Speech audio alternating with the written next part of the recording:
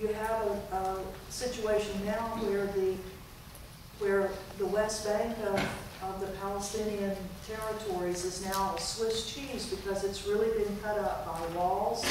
From the Israeli perspective, they say, well, we have to put these walls up because it contains violent actions of the Palestinians. But the walls actually divide up villages. They divide up homes from schools, homes from work, homes from pastures.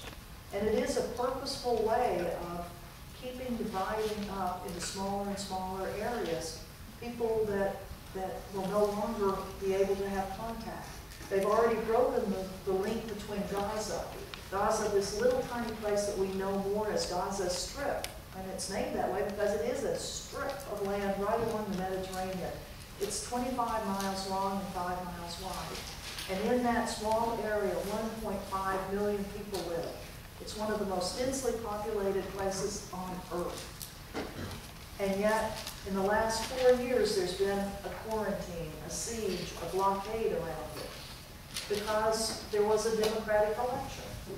Now, I thought America stood for democracy. We encourage democracy all over the world. Is that right? Isn't that what we're told? Well, that's why we spend millions of dollars all these places. Iraq, it was to go to help the democratic process. Well, after those ideas of weapons of mass destruction got debunked, and what about the oil? But no, it's democracy. And what about Afghanistan? Those democratic elections, that's what America is all about, except when somebody elects somebody we don't like. And then, democratic elections don't matter. And that's exactly what happened in Gaza. When the people of Gaza, because they were perturbed about international monies that were supposed to be going into what was called the Palestinian Authority, which was to be kind of the government of the Palestinians, except that, oops, if you lived in Gaza, you weren't getting a fair share of the materials that were supposed to be going to all Palestinians. At least that was the view from the people in Gaza. And so they, in 2006, in the election for the Palestinian Legislative Council, they elected a group called Hamas. Hamas, a group that is on the list of terrorist organizations by the United States, because Hamas has used violence against Israelis. They have sent missiles unguided missiles into Israel. I'm not an apologist for the violence that Hamas has done. And I'm certainly not an apologist for the disproportionate use of force that the Israeli government has used on the people of Gaza and the West Bank. Hamas, that is now the governing group in Gaza, which precipitated a blockade around Gaza by the international community, implemented by Israel. A blockade around 1.5 million people for the last 4 years, a stranglehold on 1.5 million people, to the extent that only less than 10% of the amount of goods that normally go into a place like Gaza to support 1.5 million people, only 10% of those goods have been allowed in over the last 4 years. And as a result, people of Gaza have been forced to look to creative ways to stay alive, and one of them is called a tunnel system. And under the border between Gaza and Egypt are hundreds of tunnels that have been dug by young men, the age of most of these young men that are in this audience. The only work that there is for young men in Gaza is digging tunnels, digging down 70 feet straight down, then digging under the Egyptian border 500 to 1,000 feet, and then coming up 70 feet in Egypt, in someone's backyard, in some warehouse. The tunnel systems, that things are brought from Egypt at very high prices, and every person along the way making money on selling these goods that will eventually go through the tunnels and then into Gaza.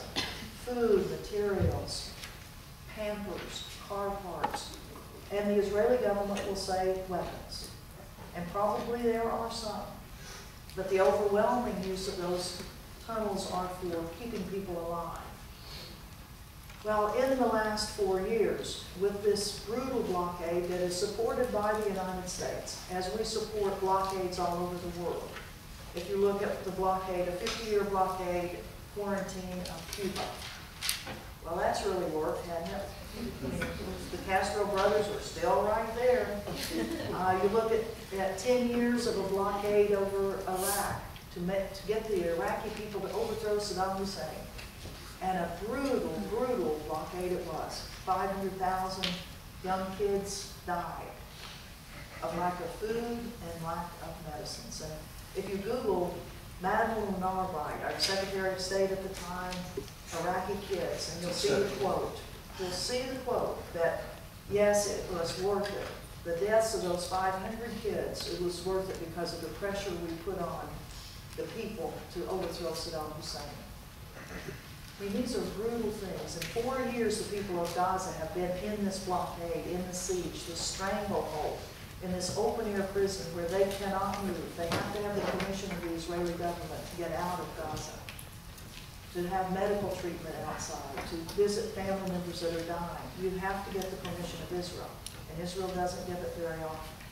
So people are living in that tiny area, crammed up, with not enough materials, with at any time the Israeli military deciding they're going to come over and take out anything they want with their F-16s, their Apache helicopters, American material, American military material that's being used in that 22-day attack that happened almost 2 years ago in December of 2008.